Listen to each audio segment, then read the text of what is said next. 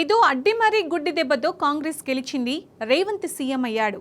ఉన్నన్ని రోజులు ప్రజలకు సేవ చేయక తీస్మార్ ఖాన్ లెక్క తెలంగాణ చరిత్రను నాశనం చేయాలని చూస్తే తెలంగాణ ప్రజలు ఊరుకుంటారా? చూసి చూసి మరో ఉద్యమంతో కాంగ్రెస్ పార్టీని ఖననం చేస్తారు. దీనికి నిదర్శనమే రోజుకో చోట తిరుగుబాటు, ఆందోళనలు, ఆర్తనాదాలతో తెలంగాణ భగ్గుమంటోంది. రేవంత్ సర్కారు మనుగడ కష్టమేనని దండోరా మోగిస్తోంది. ఈ విషయం కేసీఆర్ ఏనాడో చెప్పారు.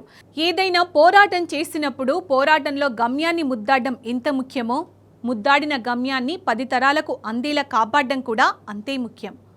పోరాటంలో ఓడిన శత్రువు ఎప్పుడూ అందుకున్న గమ్యాన్ని అస్థిరపరిచే కుట్ర చేస్తూనే ఉంటాడు. మన వేలుతో మన కన్ను పొడిచే ప్రయత్నం చేస్తూ మన మధ్య ఉంటాడు.